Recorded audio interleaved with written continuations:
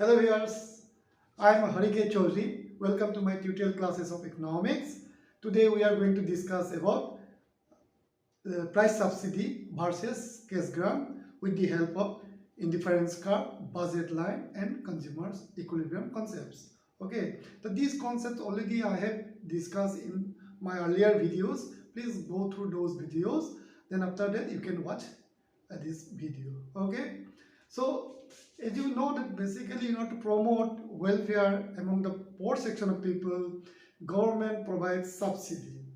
Subsidy. The meaning of subsidy is that suppose the market price of a product, say in the market the price of the product is 100 rupees, okay, and government thinks that this 100 rupees is too much and many poor people cannot afford this 100 rupees, okay.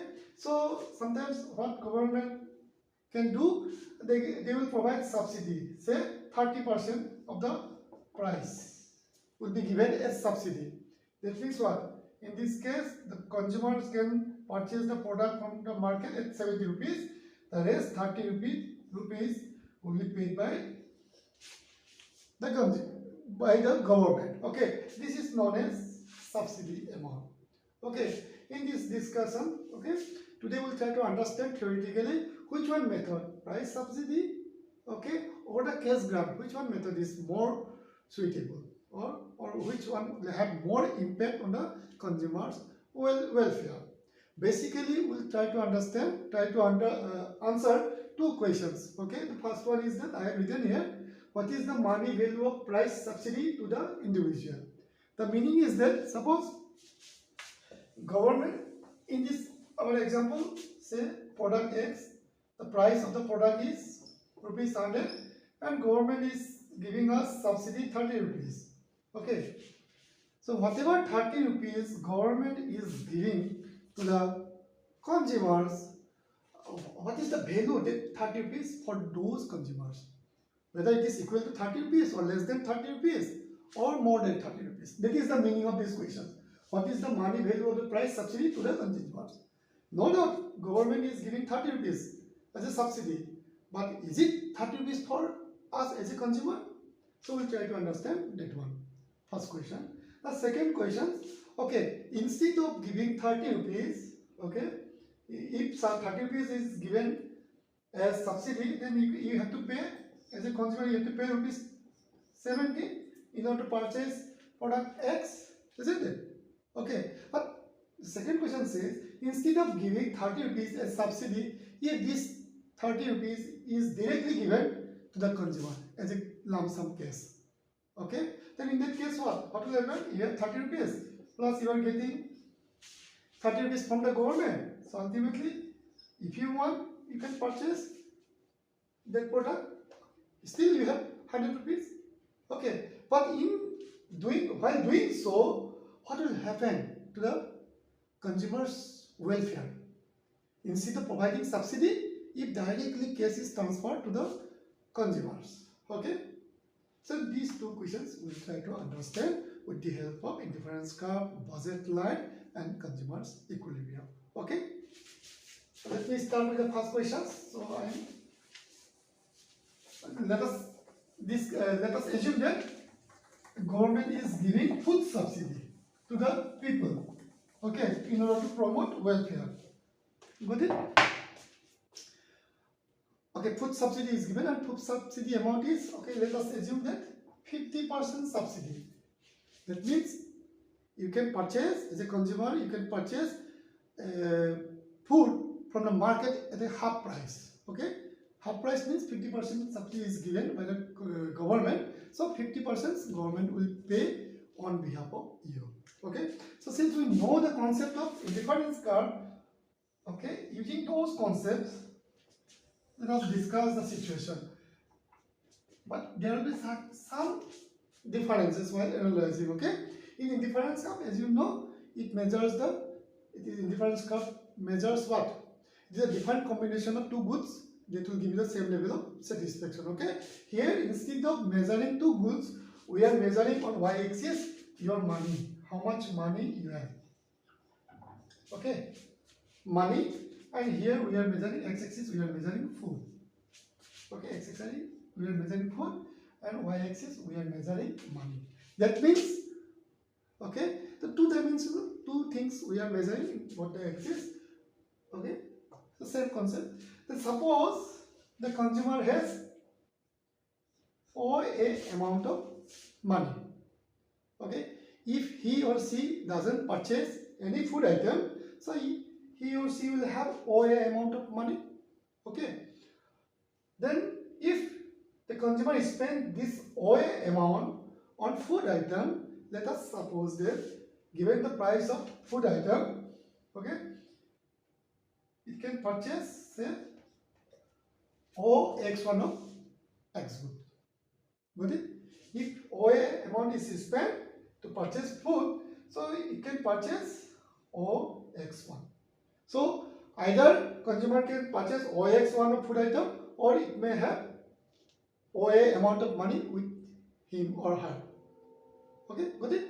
So if we join these two extreme cases, so what? As you now you are familiar how to draw the budget line, so it will work like a budget line. Okay, so the consumer can choose any combinations. Some amount it may keep with itself. Okay, and some amount it is going, he or she is going to spend for purchasing food item. Got it? So this will work as a food budget line. Then in that case, X1 will be the budget line for the consumer. Got it? Now, suppose we are assuming, let us suppose that the government is giving us why we are saying we are also consumer. Okay, so as a consumer we are getting 50% subsidy. That means what? If you purchase, if there is no subsidy, with the amount of OA amount of money, you can purchase OX1 amount of food item. But since government is giving 50% subsidy, that means price is half. Okay, then in that case you can purchase more than OX1, that is double of OX1. So in that case, say OX2. Here OX1 is equal to OX2. Isn't it? Because government is giving you 50% subsidy. So now with that subsidy you can purchase more. That's why your budget line is shifting to X2. Got it? And now again we suppose that this is the indifference curve. Okay, this is the indifference. IC1 is the indifference curve, which is a tangent with the AX2 budget line at point E. Therefore, E is the equilibrium for consumer. Okay, here the consumer will get the maximum satisfaction. That is, with those things we know while utilizing indifference curve, consumer's equilibrium with the help of indifference curve. Okay, I am assuming you know these things. Now, if at E the consumer is equilibrium, what does it mean? At this equilibrium point, the consumer is purchasing OX3 amount of food item, okay, by paying how much? By paying AB amount of money. Because the consumer has OA amount of money, so by paying AB amount of money, okay, then in that case it will have only OB amount.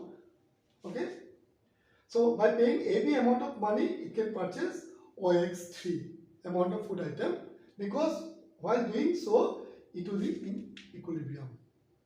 Got it? Yes. Now again, assume that there is no subsidy. This is a situation when subsidy is there.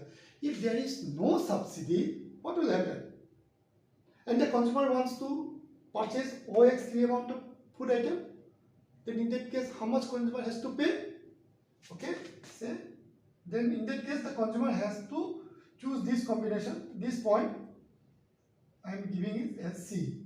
Okay, it is bound because it can purchase only any combination on the budget line, isn't it? So for OX3, obviously the consumer has to pay how much? He has to choose first this amount, this point, C point, where it has to spend the amount of money.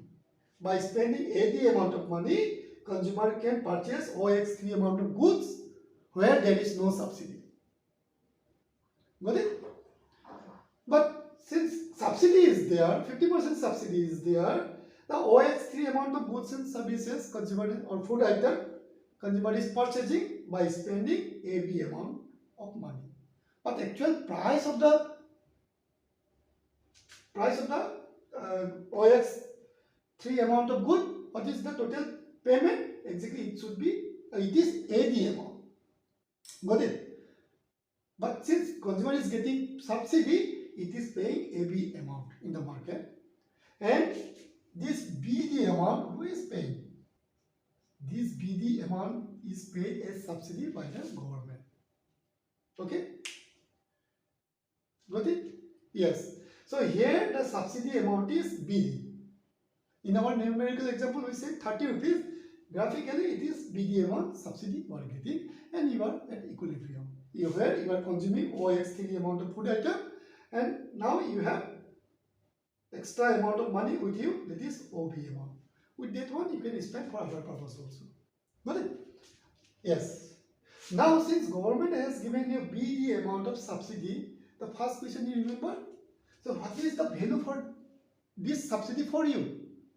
So, we said, na, 30 rupees government is paying a subsidy, but how much value you are giving to this 30 rupees? So, here in this graph, BD amount government is giving a subsidy, but is it the same amount for you? How much value you are giving? Okay, that one we try to understand. So in order to understand that one, okay, you have to draw another budget line in such a way so that it will be tangent with a difference curve IC1. At the same time, it will be parallel.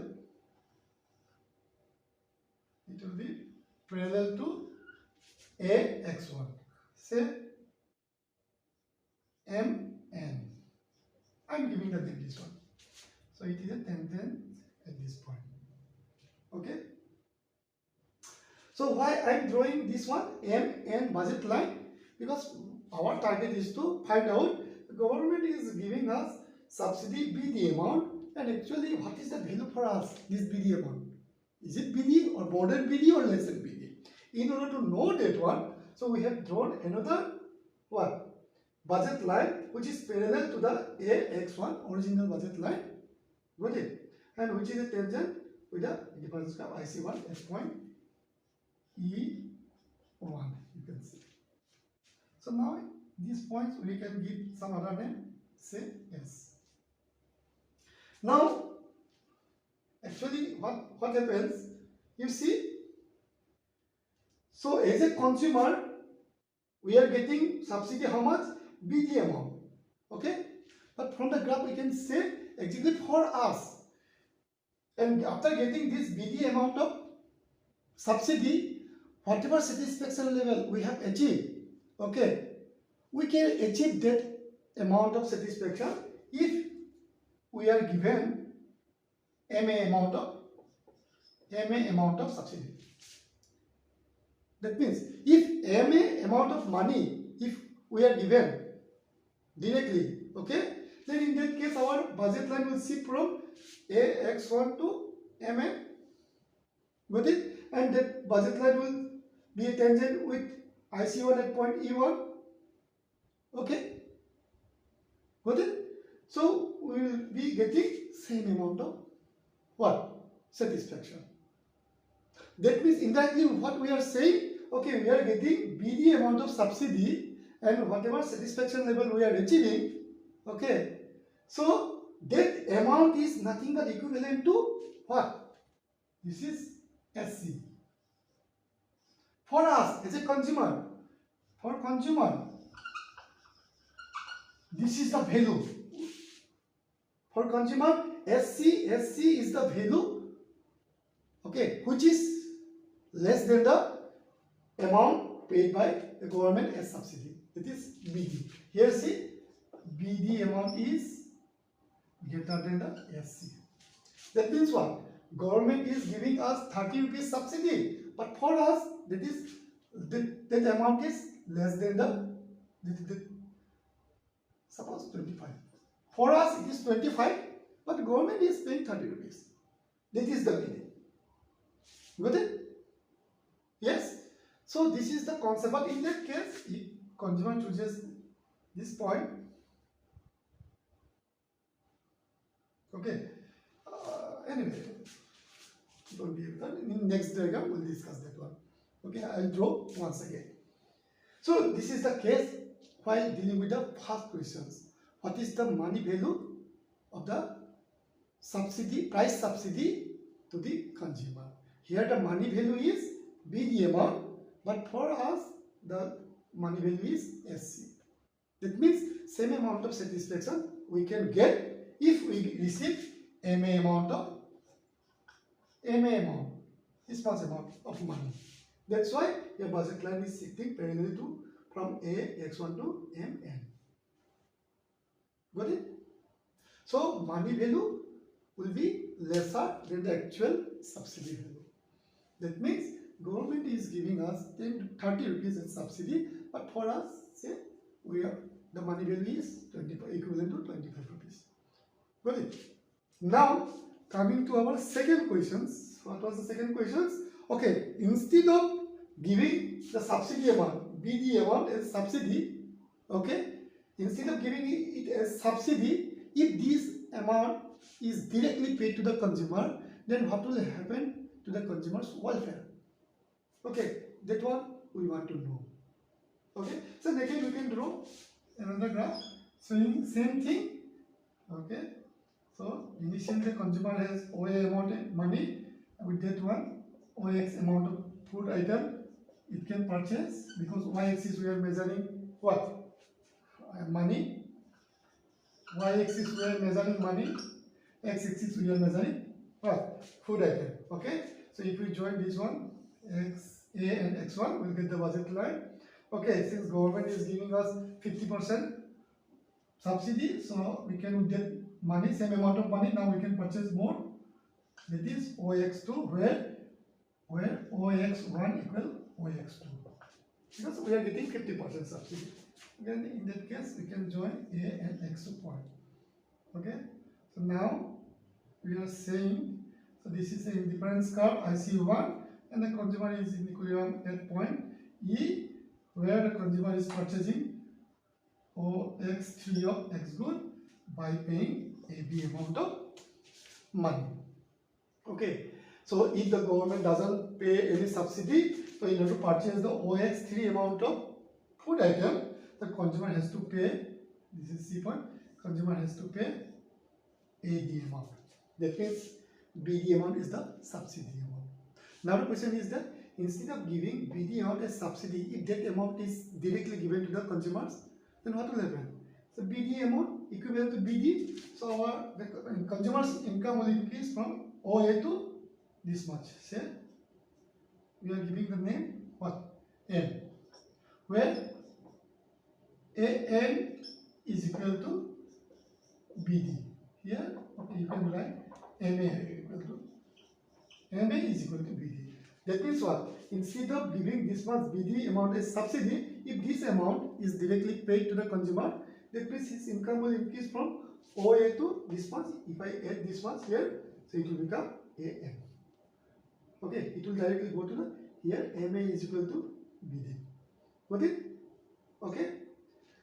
So in that case, what will happen? You see, so your budget line will sit parallelly with respect to AX1. So it will go in such a way. Okay. Then what will happen? It will pass through your equilibrium point.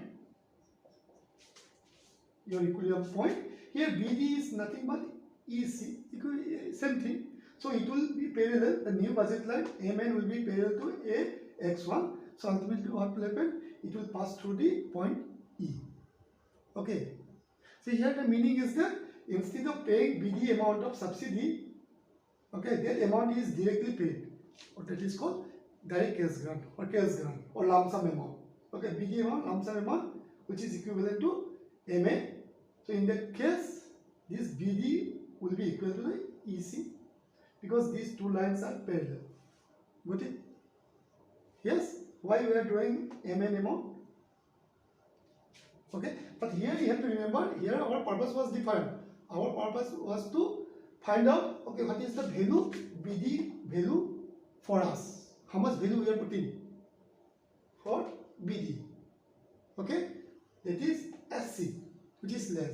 But here our target is to find out, okay, instead of giving this BD amount as subsidy, if that amount is directly paid to the consumer, that is MA amount, okay, what will happen? So in the graph we can see what will happen. See, the consumer's welfare will increase. How? Just I am drawing another indifference curve, higher indifference curve. Okay, a higher IC2 I am drawing, which is, this is a higher difference curve. Okay, and this difference curve is tangent with MA amount at point E1. So consumer will be at equilibrium at a higher difference curve. That is why you can say his or her satisfaction level will increase, but at the same time consumers purchasing of food item will decrease from OX3 to OX4. Okay, got it? So see, if consumer is paid subsidy, what will happen? The consumer will be at equilibrium at point E, and the welfare level or satisfaction level will be measured by IC indifference curve 1, ICU1. Okay, but instead of paying that much subsidy, BD amount of subsidy, if this amount is paid directly as a cash to the consumer or lump sum amount to the consumer, so the consumer will shift from E to E1, and E1 equilibrium point is a higher indifference curve, and according to the property of higher difference curve, a higher level of indifference curve represent higher level of satisfaction. That means what? If instead of providing subsidy, if direct cash grant is given to the consumer's welfare will be increased. Okay, but at the same time, the consumer's allocation of resources, means consumption of food will decrease. Earlier, when the subsidy is given, the consumption was OX3, okay, OX3 at point E. But if subsidy, instead of providing subsidy, cash grant is given, the consumer will be at equilibrium at point E1, where he or she has reduced the consumption from OX3 to OX4. But here the issue is that, okay, if government purpose is to increase the welfare, it doesn't matter, okay, he is consuming or she is consuming more or less. If his or her satisfaction level is more, let it be. But the target is to increase the satisfaction level. How to increase the satisfaction? Let it be. Let the consumers decide where his satisfaction or her satisfaction level will be more. We should not interfere. Okay? So, if our target is to increase the satisfaction level, so the supporter of direct cash grant say that what? They say, okay, by giving cash grants, if we provide the cash grants, the consumer satisfaction will be more. The better to follow the policy. That's why we are observing right now that instead of providing price subsidy, for example, in case of LPG, right now what is happening? Direct cash transfer to the account of the LPG card holder. Okay, so you can compare that one. Why? Because that is the target. Target is that, okay, instead of giving food price subsidy, okay, cash grant is given. So why it is happening? Because our theory says if you follow that kind of policy, that is the case, direct cash grant or instead of price subsidy, welfare will be increased. Okay, but at the same time you have to remember also, so for every cases we cannot offer or we cannot prescribe cash grant policy. Sometimes, okay, sometimes price subsidy will be better than the cash grant. Okay, sometimes on that situation, but you have to find out in which conditions the price subsidy will be better than the cash grant. But normally direct cash grant or cash grant will be better than price subsidy. Okay, why? This is the reason. Figure 2 will represent that situation. I hope it will be clear for you. Okay, so if you like the video, please share with your friends. Okay. Thank you for watching the video. Thank you. Bye bye.